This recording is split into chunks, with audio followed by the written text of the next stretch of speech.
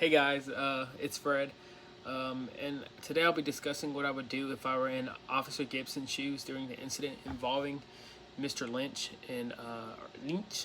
I can't say anything. I'm bad at pronouncing stuff. So yeah, I mean that's what it is on that one. If I was in his shoes involving Mr. Lynch, I would say that. Honestly, if starting off, if I were in Officer Gibson's shoes, as we know, Officer Gibson was issuing a citation because um, Mr. Mr. Mr. Lynch was he had gotten in a minor car accident, and as we know, he was issuing a citation when Mr. Lynch started to kind of resist, I guess, getting accepting the citation. So if I were in Officer Gibson's position, I would have honestly taken a different approach to it. I mean, I did a bit of research, and according to the Oklahoma City Police Department's operations manual, officers are required to use like a de-escalating tactics, which I'm pretty sure every police officer is required to use that. So, whenever possible, though, and you know, I feel like it goes into officer discretion and an officer's judgment, on making decisions. And I feel like Officer Gibson could have made a better decision on how to handle the situation. Uh, um, with that being said, I feel like he could have he could have called into the station real quick and see if he could get an interpreter. That probably would have taken like 10 seconds to radio in. Yo, does anybody have an interpreter for you know whatever language Mr. Vu was speaking? I feel like that could have been a easy viable option that he could have gave. And then so yeah, I feel like, yeah. I mean that, and he was elderly, and he kind of looked confused, but not so much confused, but like more aggressive, I guess. But you know, Officer Gibson didn't know how old he was. He knew, well, he probably did. He probably did if he was able to issue the citation, and I'm sure you can tell he's well past his 60s or into his 70s, and you know, um, to me he kind of appeared angered and confused, and not really understanding what Gibson was saying. And that might have been a part of the language barrier. I would have said, I would have called for a bilingual officer, especially like here in Texas.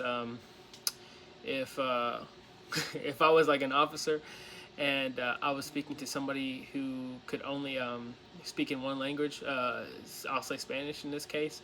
I would, and I'm not very fluent in Spanish. My mother only taught me a little bit, so yeah, I'm no Spanish speaking kid coming from a Mexican household, but what's it called? Yeah, I would have called an interpreter, or yeah, I would have called an interpreter and make sure that the situation is handled correctly. Um, so I feel like he did mess up there. Yeah, I feel like he messed up there. Honestly, that's probably my biggest point.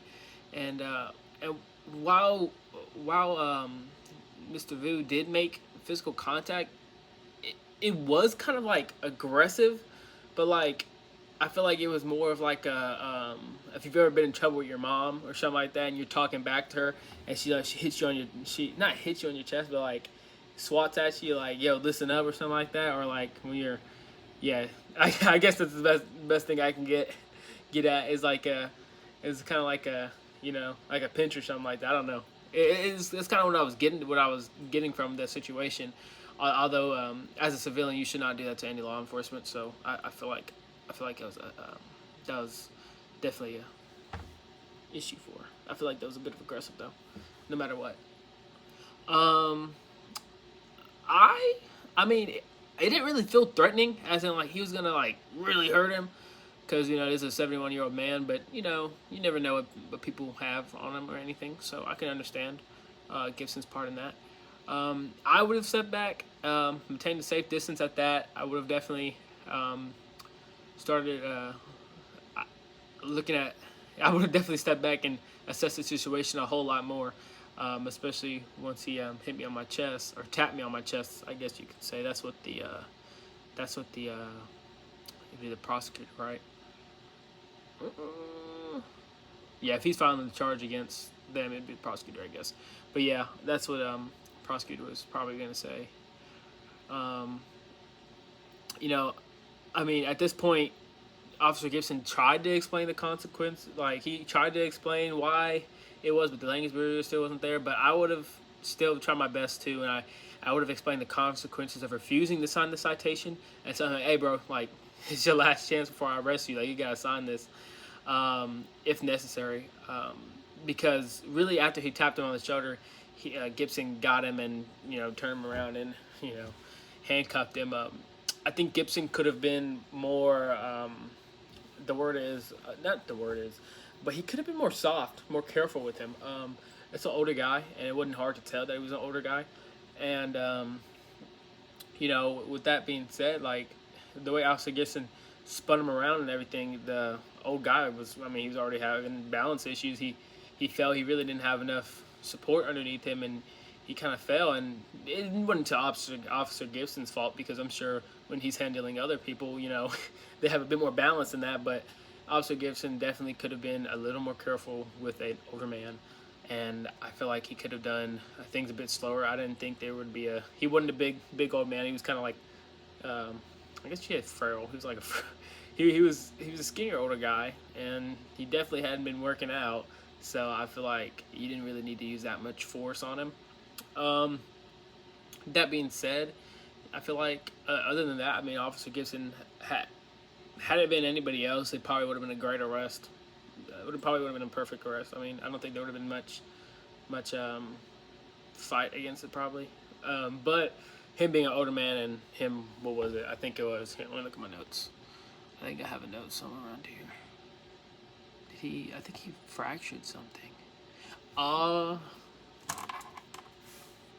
Yeah, it said it was a neck fracture or orbital fracture and a brain bleed.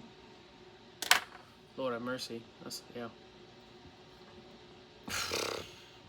Yeah, that was a bit of excessive force, especially for an older guy.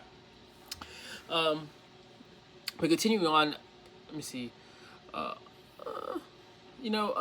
I believe it was, I checked the law a little bit. Under Oklahoma law, unwanted physical contact with an officer can justify an arrest. But however, the level of force must be reasonable. In that case, I don't think it was really reasonable. And in conclusion, as a future criminal justice professional, no, I'm just kidding. As a future criminal justice person, like majory, I don't know. I believe, in protecting both the public safety and individual rights, and I would have prioritized de-escalation and communication and the right response and the appropriate response.